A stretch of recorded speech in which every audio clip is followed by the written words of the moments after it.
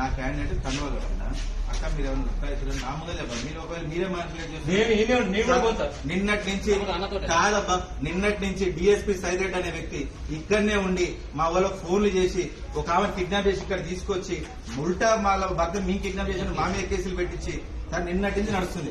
నిన్న రాత్రి 3 గంటలకు కూడా ఆమెతో మీరు కంప్లీట్ గా వీడియో రికార్డు తీసుకోమని ఏమంటున్నా జరుగుతున్న దాంట్లో పోలీసు వాళ్ళు హెవీగా ఇన్వాల్వ్ అయ్యారు కాబట్టి నాకు కొంచెం నేను యాజ్ ఇన్ఛార్జ్ గా బీఆర్ఎస్ పార్టీ ఇన్ఛార్జ్ గా ఆమె దగ్గర ఉందాం, మీ మధ్యలోనే ఉంటా.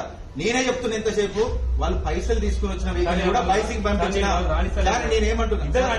నేనేమంటున్నా మీరు కూడా మా మీద నమ్మకం లేదు, మీరు ఫోన్ తీసి పక్కన పెట్టండి, పోలీసు వాళ్ళు అక్కడ ఉండండి, ఐఎమ్ రెడీ బిల్లింగ్. సార్ ఇక్కడ ఫోన్లు ఎవరు ఉండకండి. నేనేమంటున్నా సార్, మీరు నిన్నటి నుంచి డిఎస్పీ సైదిరెడ్డి గారి కంప్లీట్ ఆల్ ఫోన్స్ మీరు సార్ ట్రాకింగ్ చేయండి. ఇక్కడనే ఉన్నాడు ఆయనకి, ఇక్కడ ఆయన డ్యూటీ లేదు, ఆయన ఇక్కడనే ఉండి మొత్తం రాజకీయం చేస్తున్నాడు. ఒక పోలీస్ కాకుండా ఒక రాజకీయ నాయకుడిలాగా డ్యూటీ చేస్తున్నాడు. నా వాదన ఏంటంటే ఆల్రెడీ 10వ వార్డుని బెదిరించి వాళ్ళకి పైసలు చూపించి అన్ని చేసి యునానిమస్ చేసినారు.